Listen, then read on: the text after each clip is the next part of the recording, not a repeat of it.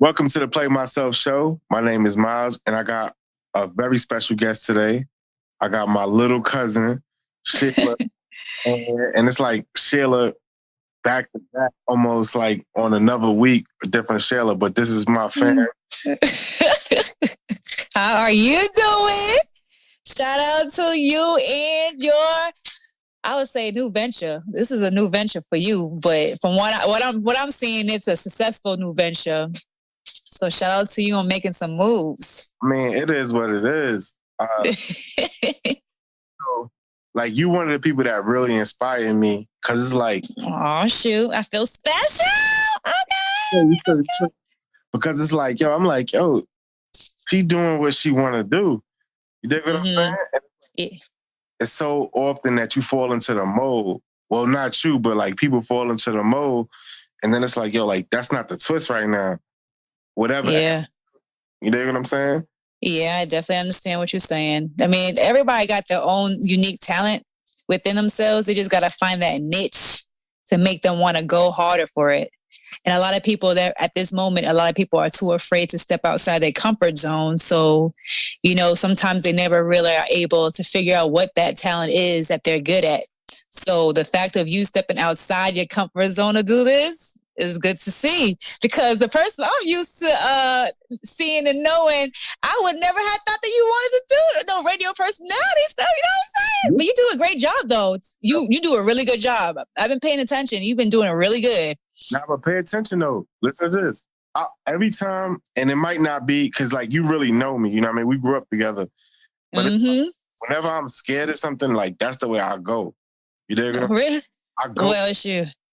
So that's me. But it is true. Like I never thought. I used to just like listen to the radio, and I started listening to podcasts, and I was like, you know what? I got this time, so I might as well just make the best out of it. You dig? Yeah, and I do. And you know what? I feel like throughout this whole quarantine situation that had happened, I feel like a lot of people were able to find their talent, were able to go ahead and step outside their comfort zone to do what they really wanted to do, because there was nothing else to do. People were stuck in the house, not being able to go out. So somehow, some way, they had to find another hustle, because a lot of people weren't working, or they had to find something to keep them occupied so they don't get bored or lose their mind. So the fact that you decided to go down this route, I'm proud of you, because you do listen to a lot of music and you do listen to a lot of radio stations, and I'm just like, okay. And the thing is, you quiet. Well, I know Miles to be the quiet Miles that don't really say much unless he needs to say it. So I was like, okay, he should have been did this a long time ago. That's a whole fact. I always been like super quiet, but a lot of people don't know me for being quiet, and it's so funny you say that. Yeah. Quiet, I'm observant. Yes. But back to you, right? So right. You like inspire me is because like, well, thank you. Like social media concept and all that. Like you was the first person to be like, I'm gonna just throw my whole head in it, right? And like, I don't even know why you moved to Atlanta, but it was like the craziest thing, because you from Massachusetts, and I moved to Massachusetts because I'm gonna give the context. Like all right, go ahead. I ain't saying nothing. It's all you. Sheila's mom and my mom, they're like best cousins, right? And then like we used to always go to see Sheila's family in Framingham back in the day, like when we used to just always kick it. And then my mom was like, I'm tired of like, like living where I'm at in New York, so I'm just gonna make it to Framingham. And then we might have moved into Framingham and just all being together. And then like our parents bought, I wouldn't call it interfaith the projects, but it was like, it was like a two-floor apartment, smelled like a complex, but I don't know. It was like the ghetto, but a good ghetto, because the kids in the neighborhood, we got along. Like majority of all the kids, it was like a rat hole neighborhood. And we had a lot of cousins in the neighborhood too, besides just you and I. It was a few other women, Solomon and all them, whatever. So a lot of the kids in that neighborhood, we all pretty much grew up together. We just found ways to make things happen. But outside of the activity that was going on in the neighborhood, because there were some some troubling stuff going around there, but all the kids in there made it what it was. We really didn't pay attention to all that negative stuff. We kind of just made it more than what probably everybody's seen it as. So, yep. Yeah. And it was cool, but so it was cool.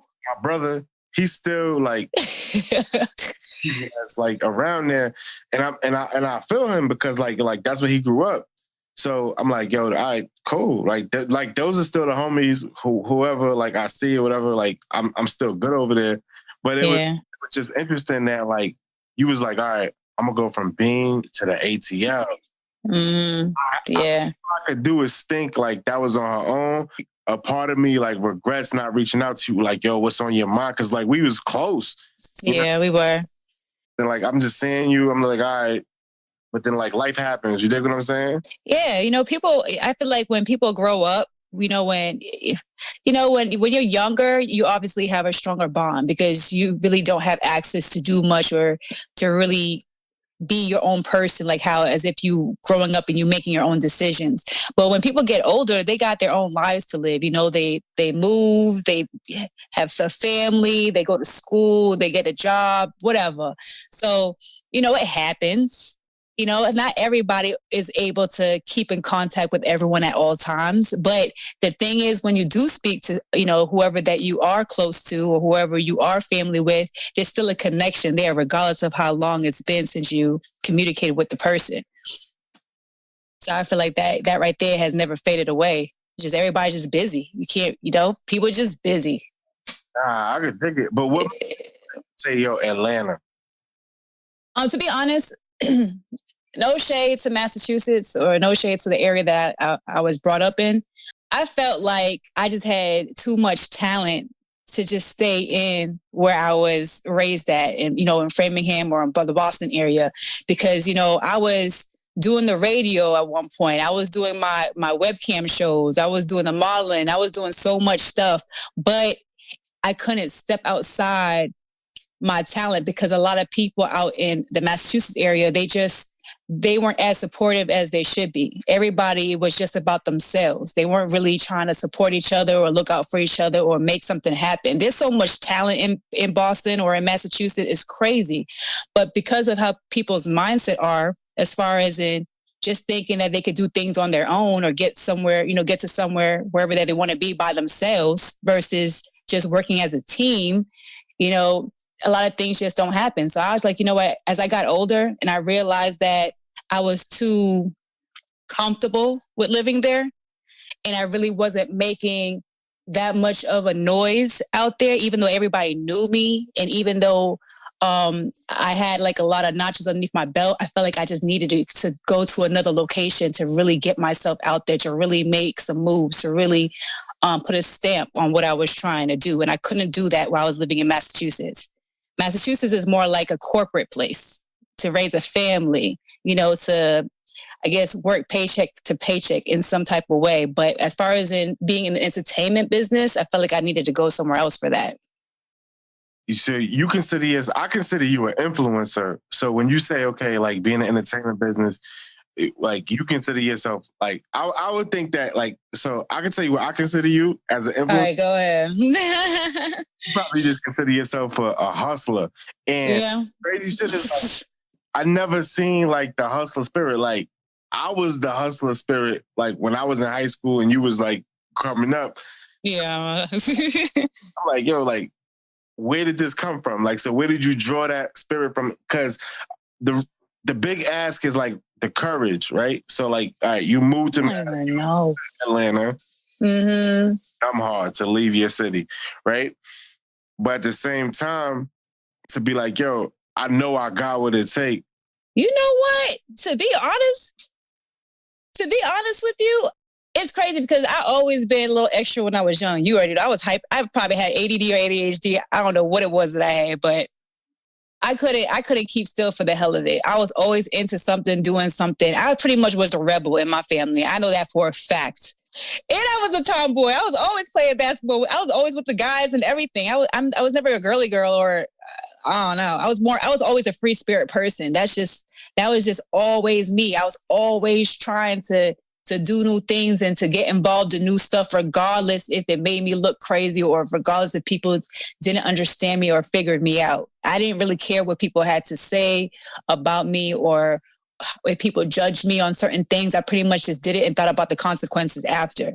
Right. And it just so happens that it led me up until where I am today, because a lot of the times, like back then, my family wasn't cool with a lot of the decisions that I made as far as in the stuff that I was involved with. For example, with the modeling, the pictures that I took as far as in like, implied nude or lingerie shots or just being a little bit more, just taking a couple of shots that's not really too fully clothed.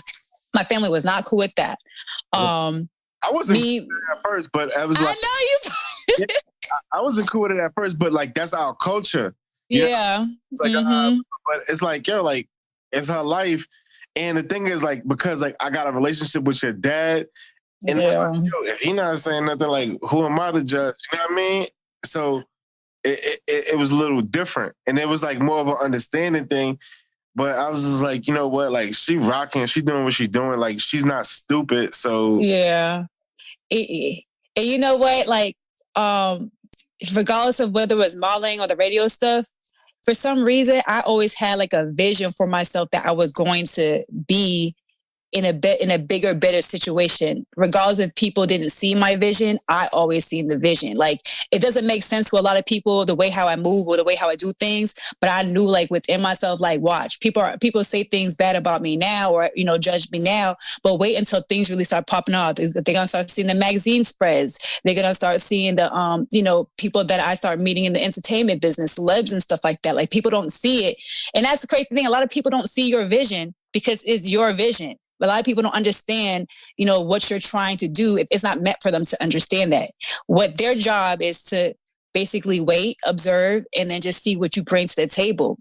If they don't agree with it, they don't like it, it is what it is. That's not their life. They're not paying your bills. They're not, building this life for you. And that's my mindset, how I always thought about things from the get-go. About that, though? What? I'm a big, super fan of stand-up comedy, right? And because of the podcast and the quarantine, I'm seeing how like stand-up comics get it as far as like the grind.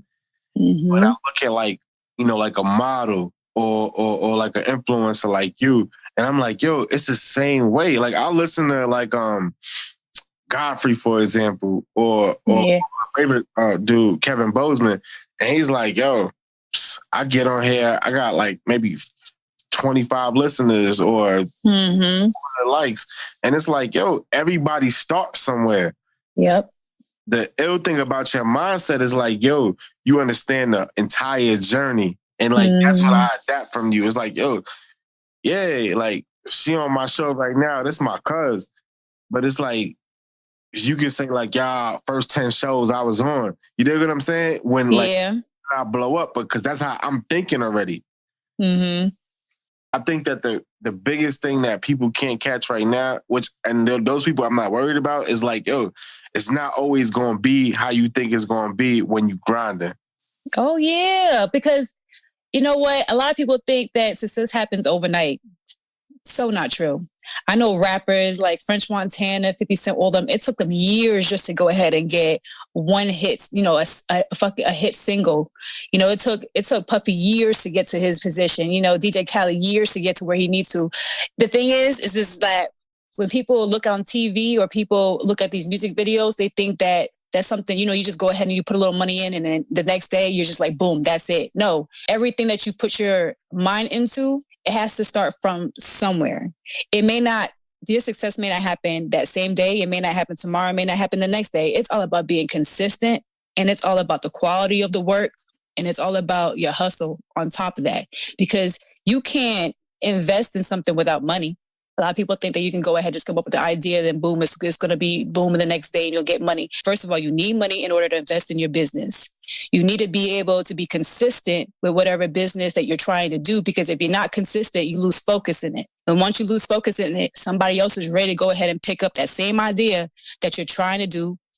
And because you're not consistent with that, whoever is consistent, their idea will boom faster than yours. Okay. Yeah. Yeah. And that's the mindset that I always had. And I'm big on quality. I don't care if I have 3 three main photographers, three main videographers that I use on a regular basis because they know me. They know the things that I'm looking for. They know what they need to shoot. You know, whether it's for my boutique stuff, for whatever business that I'm doing. I'm big on quality because quality sells. A lot of people, they come up with these bootleg looking stuff and they think that it's the shit. No, like you need to take time, like a lot of time with what you invest yourself in the business that you want to go ahead and put. I agree with you saying because you sell like, you sell like lingerie, you sell your own, like things like that. But the way I look at it, like I got a hustler's mentality. So like I see something, like I'm on Alibaba all day. Right? Okay. They got this. Let me get 100 of those over here, and I'll put a tag on them, and I'll do this, and I'll just throw it on eBay or throw it on Amazon, and that's what I'll be doing. But at the same time, I see where you're coming from because like it says you when you do it. Yeah, but okay. So, quick question: when you order all those pieces, are all those pieces good quality? Because it don't matter. Like, so if it's like 100% whatever, no. You gotta have a seamstress. You gotta have whatever you have so they can. Mm-hmm. So that's how I look at it. You dig what I'm saying? And you know what? I can't be mad because everybody has their own opinion and their own mindset with how they do things. You know, it may work for you, and for some people it may not. No. When it comes to my boutique stuff, what I normally would do is I would buy one product or two to see how the quality is before I invest in more. Right. Because what I don't want to do is buy all these, I would say Teddy lingerie, I'll just say, all these Teddy lingeries to find out that the quality was never good to begin with because it looks good in the picture, but in person, it may not look the same.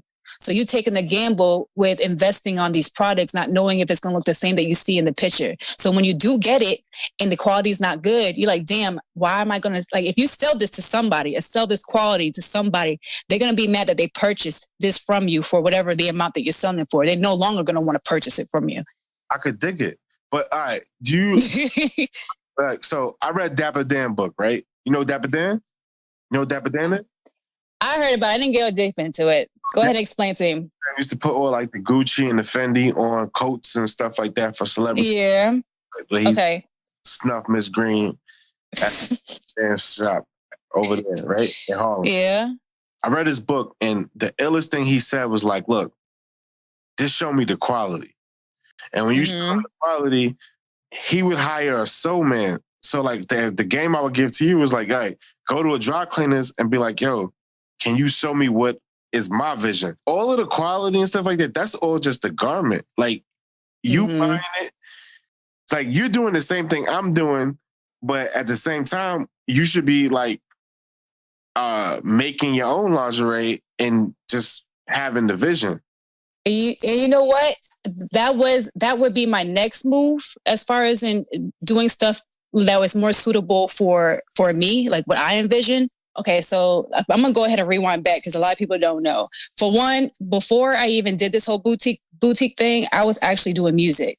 I started off doing music, and that's how I became real popular in this entertainment business outside of doing the webcam stuff or whatever. Opening up a boutique was just another source of income for me. Why? Because obviously everybody knows with music, there's really not that much money coming in. I mean, you have to invest in music in order to get money back regardless. So I was like, you know what? Let me go ahead and put this music aside real quick and let me focus on something that's more financially stable for me as far as in bringing in more income.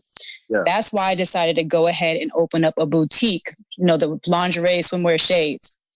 Now, my future, as far as in what I want to do, like my future goal is to eventually find a seamstress to make something that I see that's suitable for myself. But because I'm budgeting myself, because I'm doing everything on my own, I'm going off with buying stuff wholesale that I feel like a lot of people would like that don't have.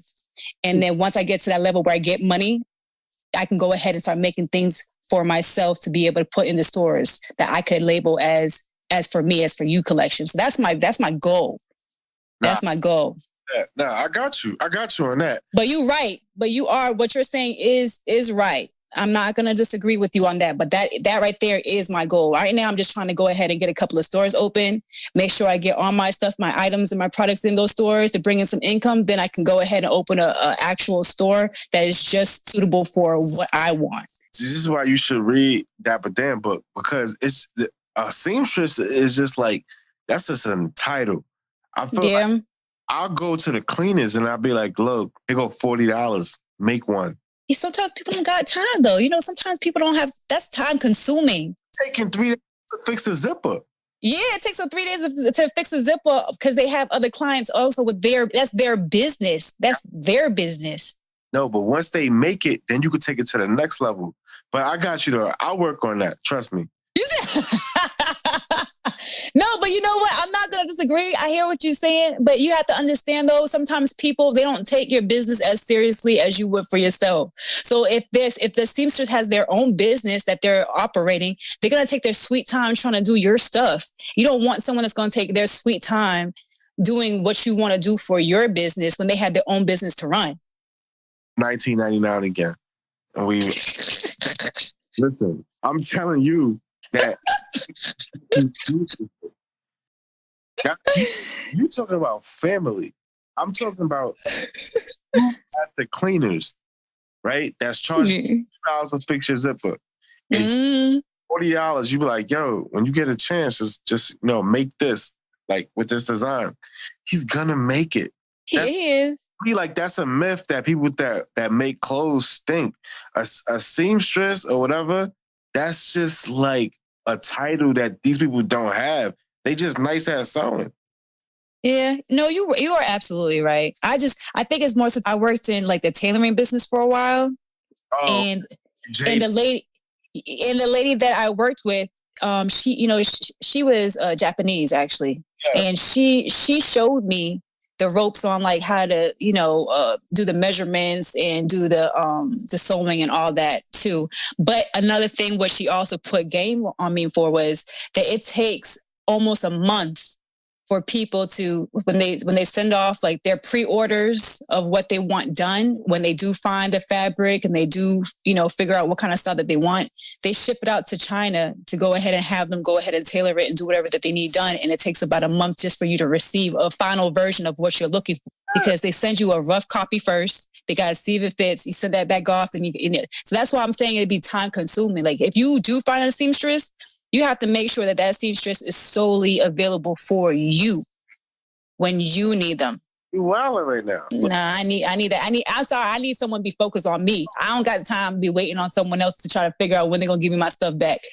You just said it. All you need is what?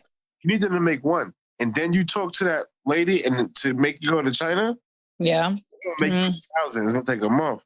All you need is the one. This is what we're going to do. We're going to go ahead and try. We're going to try it your way. I'm going to let you know my feedback on that. I'm going to find somebody in Atlanta and just do it. And then I'm going to show you. But right. Design. That's the same thing I was telling my brother. Like shirts and all of this, right? I talked to Adam Schultz. He owned Teespring. Everybody got their shit on Teespring. He talked to me. Like I sat down and talked to this dude for an hour. Teespring is free. Okay. Send the design and you get a check every month. Best believe I just on Teespring. Nobody got a cop, but it's there. I spend no money. All right. Well, you know what? When you get that product back, you let me know how it turned out and let me know the time frame. No, so you're not gonna do that to me. No, exactly. Let me know the time frame and how long you get it back. Give me a design. Like, look, these shirts right here, my man built. This is Love Period. I sent you a joint, right? Mm-hmm. Yeah, I do have. I have to put in there. You know what I'm saying? Yeah. Made it they self, but these shirts, you're not gonna be able to get it from anywhere. Did he buy the shirts and then he placed his stuff on there? So they made the shirts. So at first they was buying the shirts like you, but then make your joint special. You make it how you make it. Okay. See what I'm saying? So how long did it take him to find the shirt that he was looking for? That's why I'm big on that. Look, my time is precious. It's a different level. It's not the shirts now. It's the material. It's the and the material, the quality. Yep. So once you find that, all you buying a spool, and then you get that off, or you just ask the manufacturer, "Are you making? Can you get this?" Okay. What? I ain't arguing with you. Okay. Well, I'm not arguing with you. I just look defensive. Okay. I already know you had that face about your whole life. What you mean? So, all right, let's get off this subject because this is a personal conversation we having on the podcast. Right. Like, what brings you joy besides like your career? What brings me joy is just people that I care for and people that I love, like, being able to help them out and put them in situations that they can't put for themselves. That brings me joy, helping other people out. The only thing I don't like is when I do that, sometimes it tends to lead to people to think that they could use me until they get to where they need to get to. And I had to learn that the hard way because I thought I was, just being a genuine person. But, when you're in a certain level in this business, a lot of people sometimes genuinely don't see you as helping them out. They kind of see you just as a money figure. They're not really there for you as a friend. They're more so there for you just to get to where they need to. So I had to learn that the hard way. So I actually had to fall back a little bit. Like my thing now is I wait to see what you could do for me. And if I feel like you genuinely do things, just off rip, then I'll start looking out for you. That's what I started doing there. Nothing wrong with that. Yeah, ain't nothing wrong with that. Energy with energy, right? Mm-hmm. Right? I'm real big on that, yep. And energy also builds resistance. Yeah, I totally agree with you on that. If your energy or vibe ain't on the same level as mine's, then I can't rock with you. My body or like my spirit, my zing, it would not even allow me to be honest with you. Like, sure. It just won't. It really won't. We won't get too far. All right. What do you feel like your mission is in life? You know what? I feel like what my purpose would be that could lead to a mission would be to leave a legacy for my future kids whenever I do have kids. And also, for my nephews and my sisters and stuff. That's why I took time to take this boutique, finding a storefront and getting some stores seriously. Because once I get those situated and settled and those start having more income coming in, then I could be able to leave it to whoever else that want to partake in it. Because once I open up these businesses, it's on go. I'm going to be open. I'm going to be investing in some buildings, in some Airbnbs. Like that's my mindset. I'm not trying to work a 9-to-5 for the rest of my life. I'm only doing it just to bring money, to bring money in, to invest in towards whatever I need to invest in. And once those investments pay off, that's it. That is it. But then when you say like you want to have kids, I'm like, yo, like. I eventually do. I do eventually. I'm 34 years old. It's almost about that time. You know what I'm saying?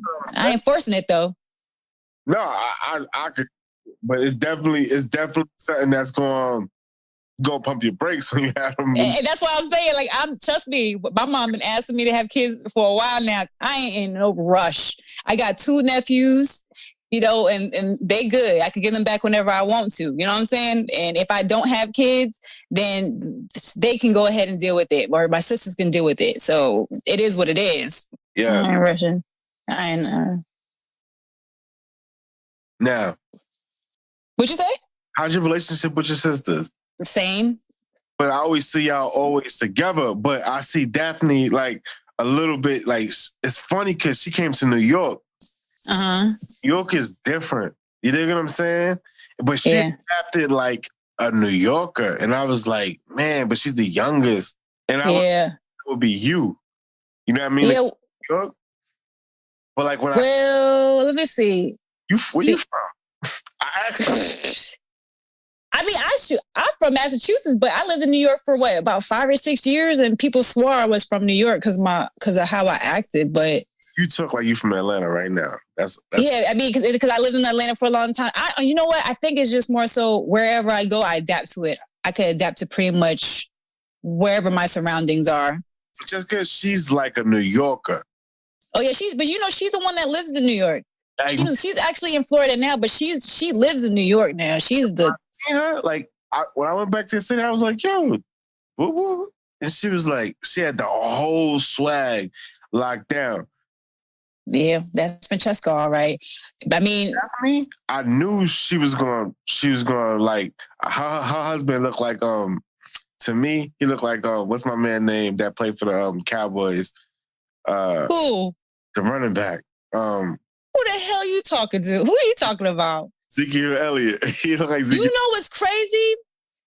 Everybody says that because I guess it's his face. His face in dude's face resembles the same. Everybody says that. Everybody. No. He don't see it obviously, but everybody says it. But the thing is, well, now like our relationship with each other. I mean, we could be around each other for but so long. That's really what it is because there's too much personalities going on. You know, you got the youngest one who's more rebellious than me, but she's smart as hell. Yeah. She's smart as hell. You ask her about the government, the system, whatever, she knows it all. You have Alexandra, who's like the mother of the whole group. She acts like she acts like she knows everything, and you know she's just like the mother. And then here comes me. Everybody thinks that I'm not I'm pretty much the middle child, to be honest with you, because I guess of how I look out. But we all get along pretty well. They're actually, Francesca and Alexandra are now stepping outside their comfort zone. Because, you know, Alexandra used to be really shy. Yeah, she still is. So she's shy, but she's starting to step outside her comfort zone now. Like she's going to school to do body sculpting and like facials and all these other stuff. Like, and, you know, she also did interior designing and, you know, she was in the medical field. So she's branding herself, like she's stepping outside doing different things and whatever one catches her eye, say branding is more important than anything as far as like, it's even more important than marketing. So yeah. Brand is like the best thing. So just to dovetail up that question, who in your life do you feel like you wish you had a better relationship with? You know what? I don't know if this sounds like messed up or wrong, but I feel like the people who I have a relationship with now is what matters to me. Those who I didn't have a relationship with, it just wasn't meant for me to have a relationship with, because if they were meant to be around, then they would still be around in my future, regardless of what I was going through in my past. I feel like God really places people in your lives for a reason. I need to rephrase the question. So, like, for example, right? Yeah, because I was just like, sure, because you ain't around now, it is what it is. You used to chill with Tia, right? I think the Tia was Tia, right? Kia. Sorry. But yeah. that's your scrap. That was your scrap. I'm talking about like that. Or like so for example, like you close with your grandmother. Do you wish like when your grandmother was around? Oh, okay. So active. Do you wish you would have like had like a more deeper relationship with her? Yeah, you know what? It's crazy because me and my grandmother, my mom's mom, we really didn't have a strong relationship like that. It wasn't strong until she got sick. Yeah. It wasn't strong until she got sick and I had to take care of her. Me and my mom had to take care of her. That's when our bond got stronger while I was taking care of her. Shell's grandmother, she used to just be like the person that was just like, well, our parents used to go out. We know now. She was like, tell her to watch us. And she bent over, right? I feel like she's outlived 100 people, but she used to just like, we used to just perceive it as her being mean. But now when I see you on a gram with her, I'm like, damn, like her whole story. Cause she got power. Yeah. And that's why I respected her more. Because when she got sick, you know, she was going through a lot of suffering, pain stuff. But but we always try to find a way to make it a better situation than what it was. The thing is, in a Haitian culture, which a lot of people don't understand, they're strict, but they're strict for a reason. It's more so to kind of prep you to becoming the better you as you get older. And when we were younger, you know, we're Americanized, you know what I'm saying? Like a lot of the stuff, the Haitian culture stuff, we kind of was just dipping and dabbing at it, you know, because our families, even though they were from Haiti, they still were treating us, you know, accordingly, like the American way. So we still was kind of just like getting used to the Haitian culture or whatever. So with us being raised by our grandparents, we always seen it as if they were just too strict. They weren't allowing us to do what we want to do. You know, they weren't allowing us to be who we want to be. Some things were okay with the culture. Some things were, whether you was a boy or a girl. But I understand all that now as I get older. I was like, you know what? I understand why. I understand why she was like, you know, you shouldn't be around. You should be playing with boys all the time, all day, every day. Shout out to the Haitian culture because boys got to do everything. Yeah, girls did it, and that's why I always got in trouble because I was a tomboy, so I was always with the boys. But I learned how to make rice like last in 2020. Oh, for real? Yeah, like Haitian rice. That's not how to make it in 2020. And I guess like something my son eats now. He would eat like just a whole bowl of. But it was like because of like the culture, to where it was like, okay, you'll never have to cook. Oh yeah, and you know what too? They teach their kids to cook. They teach their kids to know how to do things on their own. Like that whole hustle mentality that I got was because of what I was seeing from being raised from our family. Like all the women in our family were hustlers. Yeah, your grandparents, your aunts, and your side of the family, and my side of the family, my mom, my aunts, and all them. Like they were working numerous jobs. They were hustling numerous things as far as, and your mom was a model too. Shoot, my mom was a model. Like we were seeing that and being raised around that type of stuff. Like they didn't really need a man for nothing, even though they were married. They really didn't need a man for nothing because they were making their own money. So that's where I got my hustle mentality from. By looking at that, I was like, shoot, if she could do it, then I know I could do it. She could be able to work all these different jobs and these different hustles and still make sure we eat, still make sure we get what we need to get, still make sure we got our roof over our head and all that. Then I know for a fact that I could be able to do that. So what do you do when you tired? Like besides like a bull crap job or whatever, I've never really seen like somebody be like, oh, I'm waiting till my retirement. I'm probably like the first person in our family that's like, all right, I'm going to retire. You ready to go? I am going to retire soon, right? Well, congratulations to you. I mean, shoot, I feel like I've seen that before. So I always got like this endless drive in me to always want to do something else. And people say, oh man, like, why are you doing that? But I'm like, yo, like, that's how I was raised. Like, yeah, I was raised by women. And even like, men in my family, it's like a different type of hustle, but it's still respectable, right? Yeah. And like your pops, this is a crazy story. When I first moved to Interfaith, like your pops, he built a studio in a closet. I know. It was like, it wasn't a bullshit studio. Like you had to it was like a dope studio. It was so small, but it was working though. He made that joint look popping. It was it ain't was like that. Like my studio, like got a pretty big house, and I built my studio in my basement. Where you live, it was 2 floors. It was like, oh god, upstairs clothes closet and like the roof upstairs. Yo, your pops built that studio and it was all speakers. I know, and that house was booming. Outside and inside was booming. Oh my god, that shit, like yo, never like give up on your shit. Because and your pops had a sweet tooth. He had a whole refrigerator full of other shit, like sweet. Yeah, we couldn't even touch it half the time unless he knew about it. And he had the first, what I would figure like the first like FaceTime. Remember he had that phone where you could see people? Oh yeah, the little tiny black, I don't know what that was. You know what? That is so, I didn't think about that. Wow. Yeah, stuff. And I was like, yo, he on the first floor with it? Wow, I really didn't even think about that.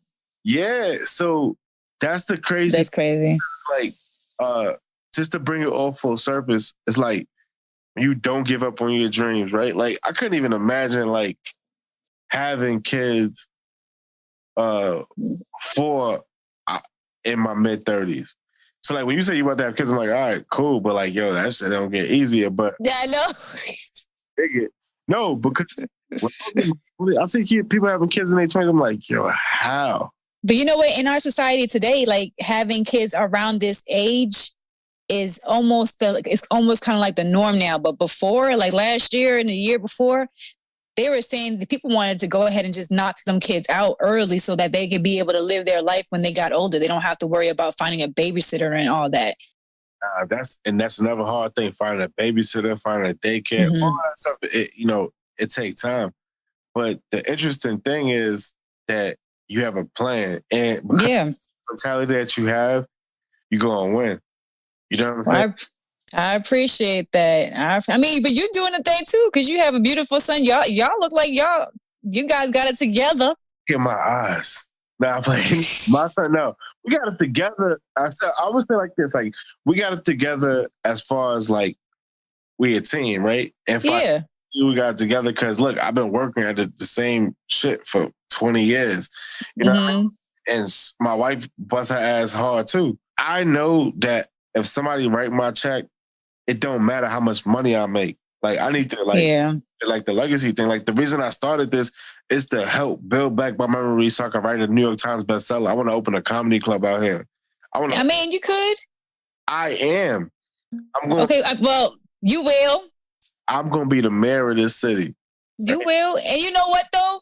That's the type of mentality that you need to have or you should have, because a lot of people, they feel like if they have a goal, if they have a dream, even if it may sound crazy or even if it may sound impossible, that like once they put that dream out there and then they get opinions from other people, and obviously sometimes those people may not see that vision, they automatically shut down. They automatically, you know what, maybe that it does sound stupid. Maybe that doesn't work out. So for you to go ahead and stick to what you want to do and keep that vision that you have envisioned, that's what's most important, because you're going to get a lot of people that don't see it. You're going to get a lot of people that's going to tell you, nah, don't do that. Let me tell you this. Like when I first dropped my first 5 episodes of this shit, right? Mm-hmm. I got mad friends. At least they'll listen. And none of those motherfuckers listen, right? Maybe. I don't know. Didn't realize was this. Biggest listeners are in France and Russia.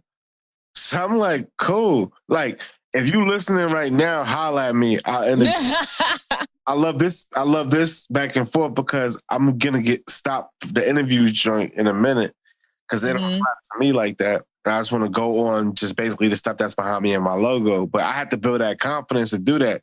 So you had to go from start to somewhere. You know what I'm saying? You gotta start from somewhere. A dude from Russia or France and the pick his mind. Like I had an interview about Haiti last night, and I'm about to post that. But this, okay, I might post this like tomorrow or the next day. That's what I'm talking about. It's just like getting yourself out there and doing what the hell you got to do. But you know what though, from what I've been through and what I experienced, a lot of your biggest supporters aren't technically really your close to people that you're really close to. Oh. Like as far as in family, friends, people don't start hopping on the bandwagon with supporting you until they start seeing you catching a buzz, or until you start seeing that whatever that you're doing is progressing, into a bigger platform. That's when they want to be like, oh shoot, like, oh, I know him. That's family, or that's my homie, whatever. Yeah, but where were you when this whole thing started? Like, it's easy to repost something for free. You could repost someone's stuff for free. Post their stuff for free. You can go ahead and support for free. You don't have to invest in nothing. It's not like you're asking them for money. And a lot of people don't do that because they feel like they either just don't believe in you, or they're trying to do the same thing that you're trying to do, and they don't want to feel like it's competition, even though there's really no competition. Like everybody has their own different way to do things. You know what I'm saying? So that's why I just be on some like, excuse my language, but like, fuck it. Like, even if I have one supporter, one buyer, one whatever, it's eventually going to add up as the years go by if you're consistent with it. That's just how it normally works. 100%. And I didn't forget that I got to find a seamstress for you, and I'm going to do that. Yeah, you go ahead. I want to hear, when you find yours and I see the stuff that you got going on, then I'm like, all right, I see. I sell other people's stuff. Yeah, but you talk about a seamstress for. I'm gonna find a seamstress. Like, send me an idea, and I'm gonna get somebody to sew it. That's a word. All right, we're gonna go from there. But I'm gonna go ahead and let you go ahead and lead on that one right there. Do it. Hey, I talk about it. I'll be about it. So listen, on the show out, I want to tell you this, right? So like, for all the young models out there or young people that feel like like they might have like a Nefertiti complex, or they want to they see what you did. They want to move from their city because you went from what somebody call a poppin' city to a more poppin' city, but that's all subjective, right?